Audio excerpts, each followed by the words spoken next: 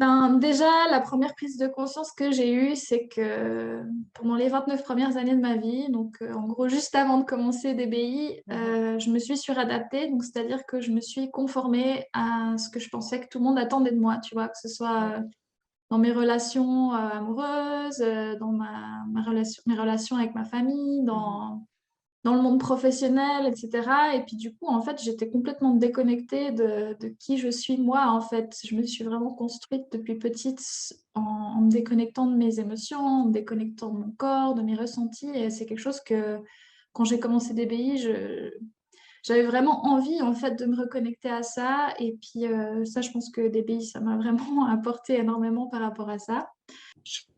Quelque part, je suis assez loyal, ou j'étais loyal. Mhm. Ce qui est bien, mais ce qui peut être un défaut, en fait, parce qu'à un moment donné, je pense qu'on peut très vite être con quand on est loyal. C'est-à-dire qu'on peut très vite, finalement, ne plus être soi-même. Ouais. Et je crois que, voilà, pour résumer le tout, le Christophe d'avant n'était plus lui-même, ou je n'étais plus moi-même. Donc, c'était un peu une décision qui mûrissait depuis un moment de dire, il faut que je me retrouve et il faut que je me fasse plaisir. Ouais. Et voilà, et d'où ma démarche à un moment donné de dire, bon, qu'est-ce que je fais? Et le coaching, en tout cas l'accompagnement de personnes, est venu assez rapidement parce que c'est quelque chose où moi qui étais plutôt dans la négociation financière et dans la finance, bah, en fait, je me suis rendu compte que tous les voyages que je faisais, tout ce que je faisais, je pense plus de 50%, c'était de la relation humaine et c'était de l'accompagnement de mes collègues ou de l'accompagnement des gens. Ouais. Donc, je me suis dit, bah, il faut que j'aille là-dedans. Ouais, c'était évident pour toi. C'était une évidence. Ouais. Ouais. C'est que j'étais quelqu'un en recherche, en transition de carrière, donc en recherche d'une nouvelle voie professionnelle. C'était déjà une zone de changement et d'incertitude parce que je n'avais pas encore mis vraiment le doigt sur ce que je voulais faire. C'est une première chose. Et puis j'avais soif de me former, vraiment de continuer à faire un travail sur moi, ce que j'ai toujours fait. Depuis plusieurs années, j'ai toujours travaillé sur moi, que ce soit par le biais de formation ou même par la psychologie, par d'autres outils. Pour moi, c'est important. J'ai toujours travaillé dans des domaines en relation avec l'humain. Et je pense qu'il faut se développer soi-même. C'est une responsabilité, si on travaille dans ce domaine-là, de se développer. Alors, ce que je pourrais dire, c'est que forcément, je ne suis plus la même. Il y a j'ai pu aborder certains aspects de mes interrogations ou de certains blocages que j'avais, qui ont pu être traités, bien évidemment, puisque dans la formation, on apprend à devenir coach, mais on est surtout coaché aussi. Donc, tout ce travail a porté ses fruits. Et puis aujourd'hui, je suis une personne qui voit un petit peu plus clair, en tout cas d'un point de vue professionnel. Je sais où je veux aller. Je sais que je vais intégrer le coaching dans ce futur professionnel. Et puis, en tant que personne, j'ai l'impression que ça m'a encore ouvert des portes, encore des points d'interrogation supplémentaires. Voilà.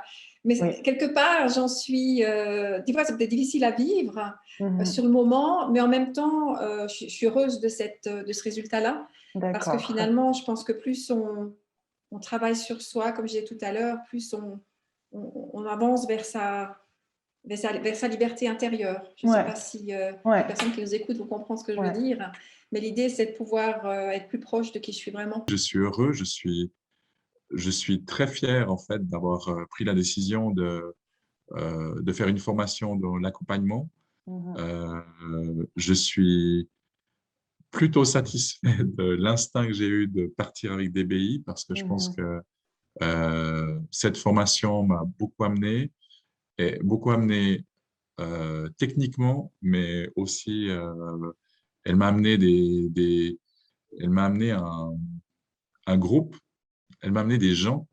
Ça a aussi été une révélation, c'est de dire que finalement, c'est toutes ces personnes on faisait la même formation, puis se dire, bah, OK, on habite tous un peu dans les mêmes environs, on va être concurrents. Puis en fait, il y a rien de ça. C'est-à-dire que oui, il y a des liens, il y aura certainement avec 2-3 personnes, occasionnellement, on va travailler ensemble, avec d'autres, la même chose, sur des projets, etc., ou pas. Et si ce n'est pas, c'est que ce sont toujours des personnes avec qui je pense que j'aurai longtemps plaisir à boire un verre, à manger, etc. Il y a un soutien aussi, déjà au niveau du groupe, puisqu'on n'est pas seul dans cette formation. Il y a un groupe qui est très solidaire. En fait, moi, je l'ai ressenti comme tel dans la formation.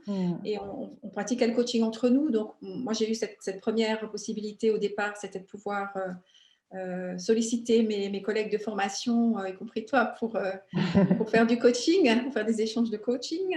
Et puis il y a eu tous les formateurs, y compris Daniel, tous les intervenants de qualité qu'on a eus. En fait, cette formation m'a permis de m'affranchir de ces peurs et de la peur du jugement notamment, et de revenir au travail vraiment en étant qui je voulais être. Que ça plaise ou déplaise, mais en étant fidèle à ce que j'ai envie de faire.